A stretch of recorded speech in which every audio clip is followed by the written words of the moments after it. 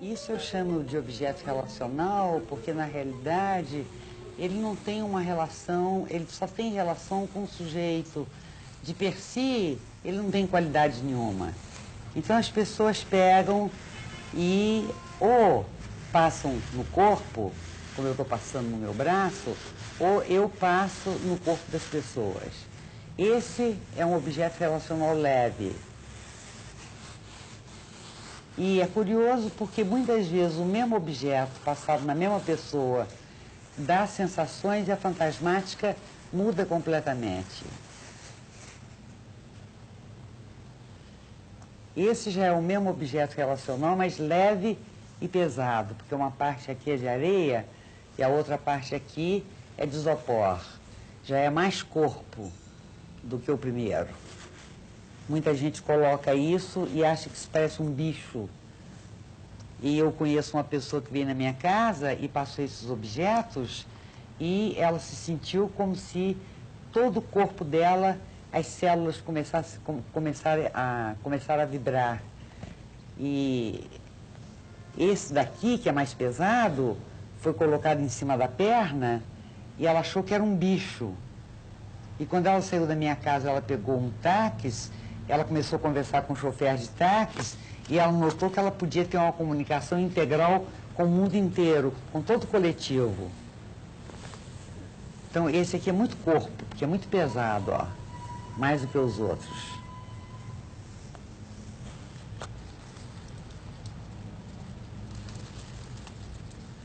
Esse é um saco de água, então eu acho muito bonito porque ele corre no corpo da pessoa.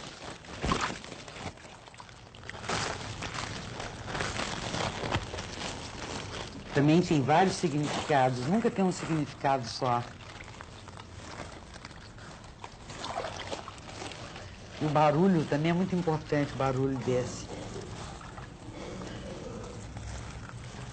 Esse é muito curioso, porque esse foi um cliente que eu tive que trouxe um dia e disse: essa é a pele de meu pai, me passe a pele de meu pai. É uma bucha. Então ficou incorporado junto com os objetos e quando ele queria, eu passava e ele dizia: é a pele do meu pai. Essa mesma pessoa me trouxe essa estopa e ela abria a sunga e colocava dentro da sunga e dizia que era para tampar a vagina que ela tinha. É um homem, né? Mas ele vivia a vagina que ele tinha. E todo o problema dele, evidente, era em relação ao pai.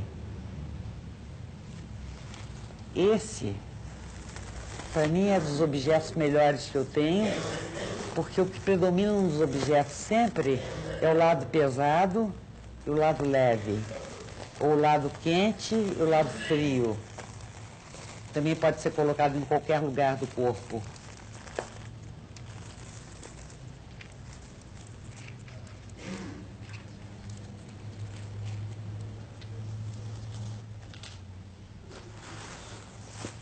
Esses são as sementinhas que uma artista me deu.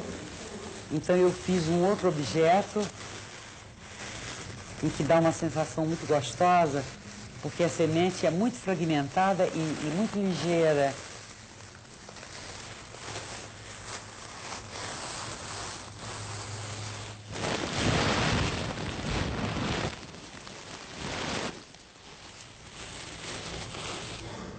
Esse aqui é um objeto muito especial, porque esse não só eu passo no corpo do sujeito, como no final, quando ele assenta e ele começa a brincar com ele tem duas opções: ou ele não arrebenta, ou ele arrebenta e, nesse momento, eu passo a mão na cabeça para desculpabilizar a quebra do objeto e dou a ele um outro plástico vazio, faço ele encher esse plástico aqui e repor o objeto integral, que é esse aqui. Então, esse objeto é no final que eu uso ele, é muito importante.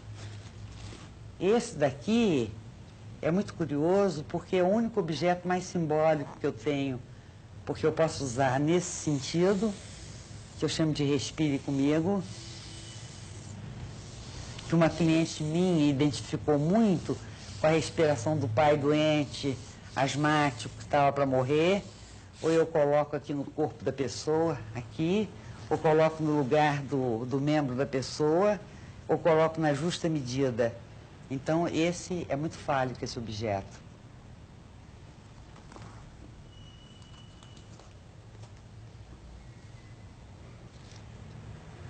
Esse é outro em que eu coloco ou entre as pernas. Não há lugar determinado para colocar, né? Posso colocar assim. E as pessoas é que dão também o significado a cada um deles e sentem a temática também.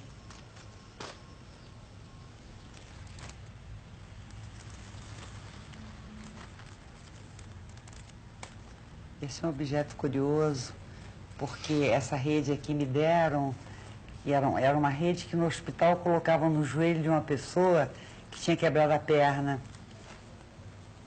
E tem uma pedra bem pesada aqui, ó. Então o leve e o pesado aqui como problema, é muito grande.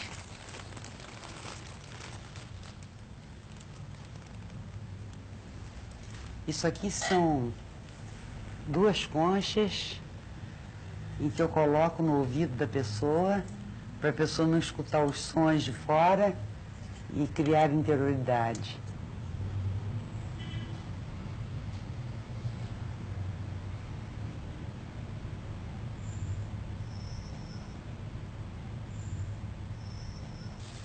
Esse é o primeiro objeto que eu fiz. É o que eu considero o mais puro e o melhor.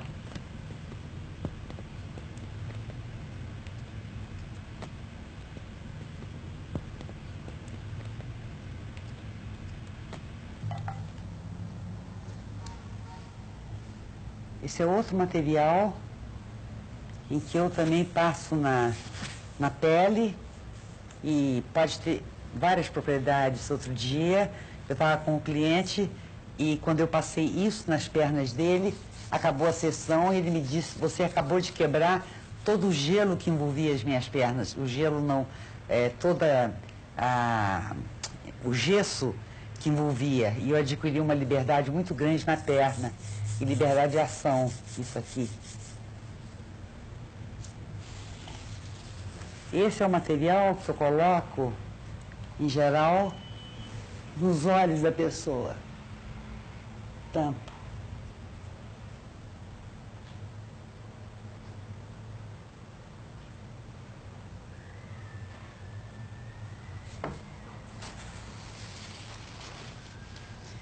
Isso é uma água que eu acho fundamental para passar na boca. Depois tem o mel, que é descoberta da Gina. A Gina é uma das que eu formei, que você pinga na boca da pessoa. E ainda, eu ligo a lâmpada e esquento bem o lábio da pessoa. Isso alimenta muito.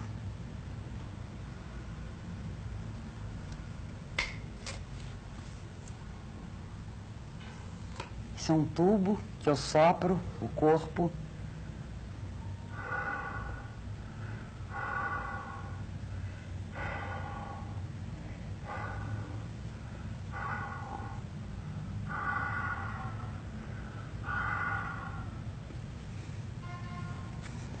E aqui tem uma cesta cheia de conchinha, que quando a pessoa está bem relaxada, eu venho lá de longe fazendo isso. E ela escuta bem baixinho, mas vou chegando perto e vou aumentando o barulho. Vou até lá no canto. Depois eu volto e vou jogando em cima do pano que envolve. E só retiro no final.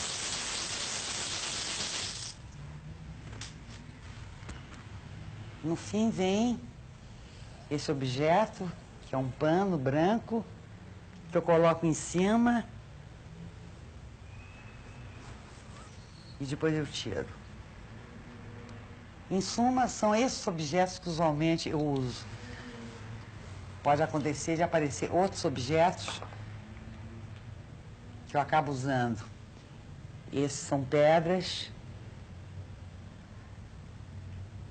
Esse também é a mesma coisa. Tem um elástico na ponta. Ah, e tem uma coisa fundamental que eu me esqueci. A pedrinha. Essa pedrinha é como se fosse a prova do real. Eu coloco na mão da pessoa, evita que a pessoa tenha uma grande regressão, porque ela não é nem o que está acontecendo, nem a fantasmática que a pessoa está vivendo, e nem sou eu. E o que eu acho curioso também é que é como se a pessoa tivesse dois suportes, porque no momento em que ela destrói o objeto, eu estou inteira e não sou destruída. No momento em que ela me destrói virtualmente, o objeto continua inteiro. Então, existe essa dualidade no trabalho que eu considero muito importante.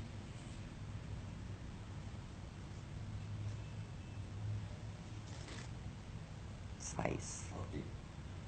Perfeito. Eu vim, então, a trabalhar com a doutora Nise. Eu trabalhei na Casa das Palmeiras cerca de uns 7 anos. Lá eu conheci a Gina e me casei com ela. E nós trabalhamos juntos lá. Era um trabalho mais ligado às técnicas expressivas, né? Era uma casa assim como um espaço de tolerância para o psicótico na sociedade, onde a gente utilizava diversas técnicas expressivas no tratamento, basicamente para o psicótico. Eu conhecia algumas coisas da Lígia, eu tinha visto antes, há muitos anos, aquela coisa no humano, a casa é o corpo, né? Mas eu não tinha contato nenhum com a Lígia, não conhecia a obra dela com uma certa profundidade. A Gina começou a fazer tratamento com a Lígia e eu me interessei pelo relato que ela me contava e fui na Lígia fazer uma experiência com ela, buscando realmente uma terapia. Eu fui buscar uma terapia, não uma pesquisa. Me submeti à terapia com a Lígia durante algum tempo, né?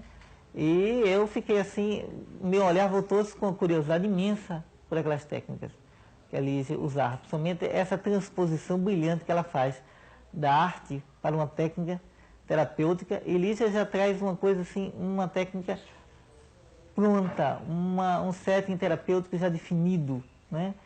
E que em mim, por exemplo, foi uma grande experiência. Uma experiência muito rica. E lá para as tantas do meu relacionamento com a Lígia, como cliente,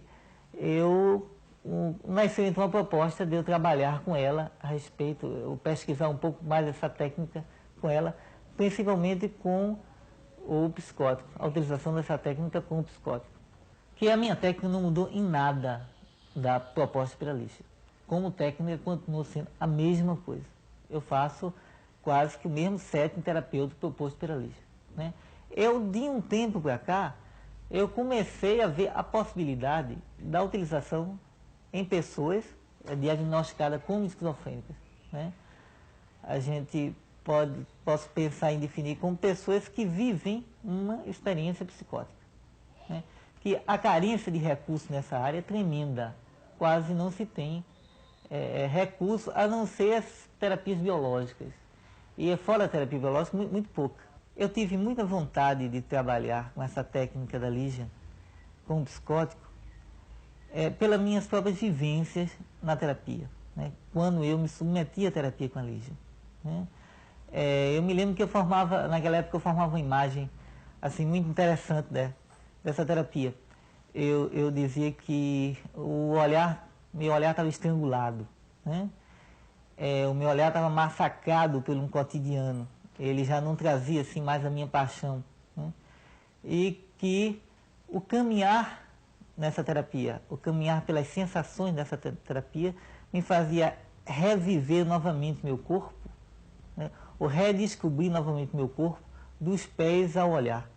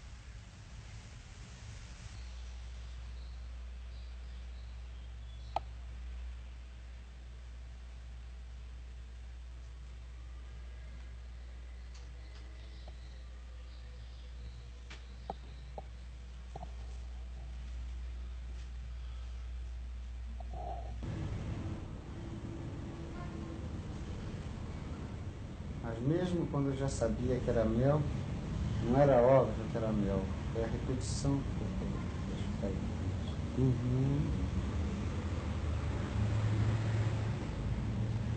Você falou também no interior, no exterior, Foi. quando você colocou a primeira vez o mel, que era muito bonito, que antes você sentia só a pele. Não, toda a parte que...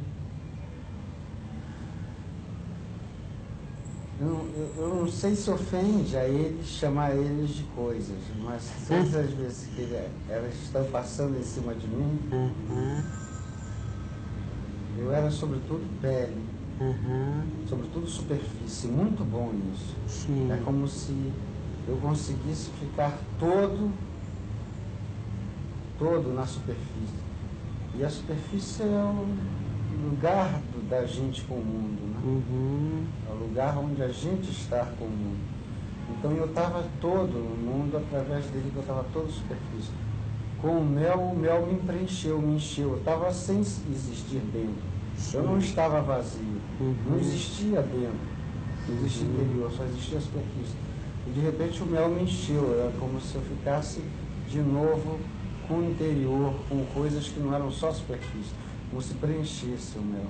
O mel, a gota de mel preenchesse eu todinho.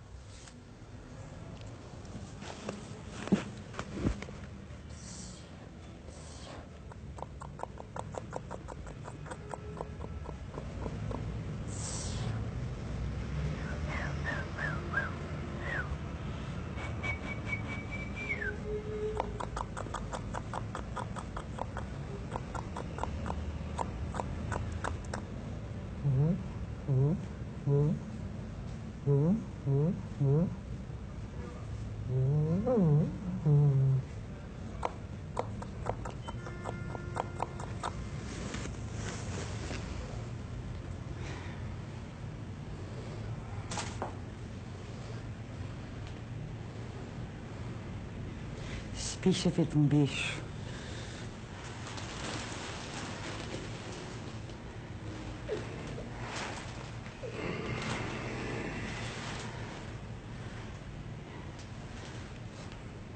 Quer pegar no pequeno plástico para ver se quer arrebentar? Vai pegar no plástico, não quero arrebentar não. Pega.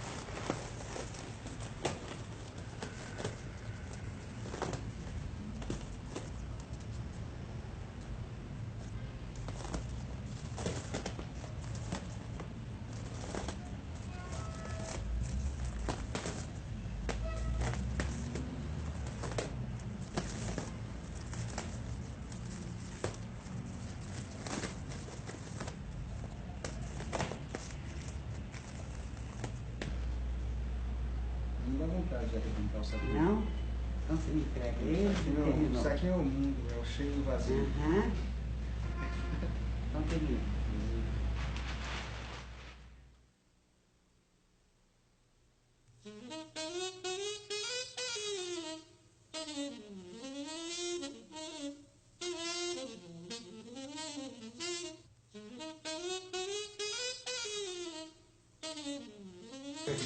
Você ser visto ao mesmo tempo, junto do próprio monitor. Aproxima aqui, Paulinho, também.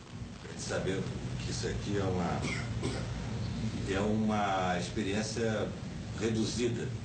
E agora a Lídia vai nos contar como é que se desenvolve a longo prazo essa experiência que ela tentou sintetizar aqui, ok?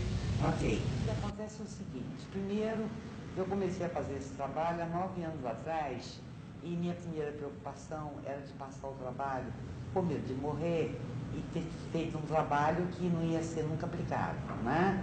Hoje nós já somos 4 praticamente, então eu estou mais segura. E em 9 anos, agora é que a teoria do trabalho começou a despontar levemente, né? Que é uma teoria muito curiosa, né? Seria uma teoria canibálica até.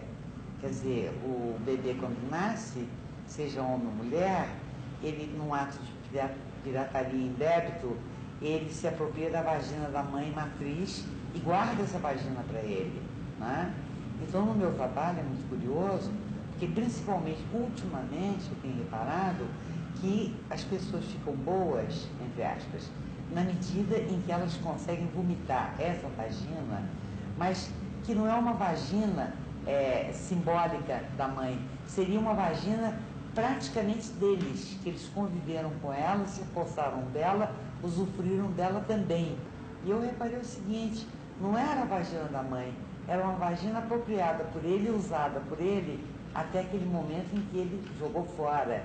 Aí sim, passou a não ser mais dele. Eu noto que existem 2 qualidades de homens que eu já lidei na minha vida.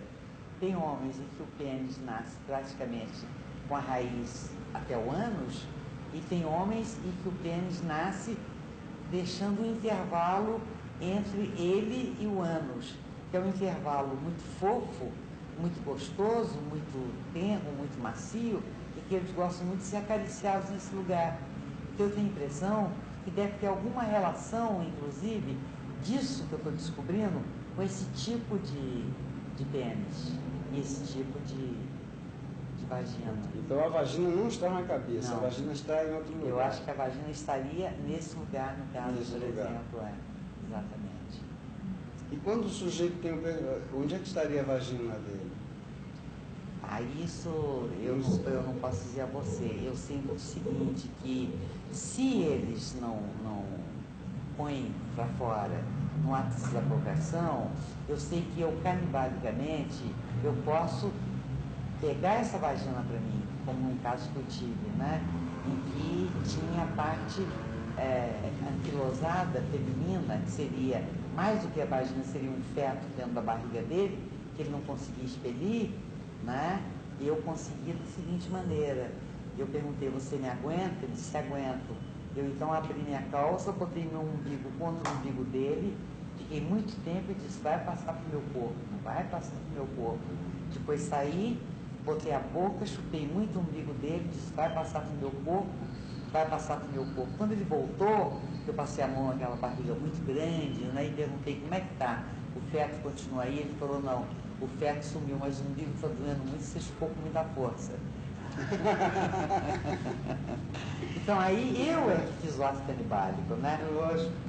Eu é que roubei a vagina. Ele vivenciou assim. Vivenciou dessa maneira. E ficou completamente bom.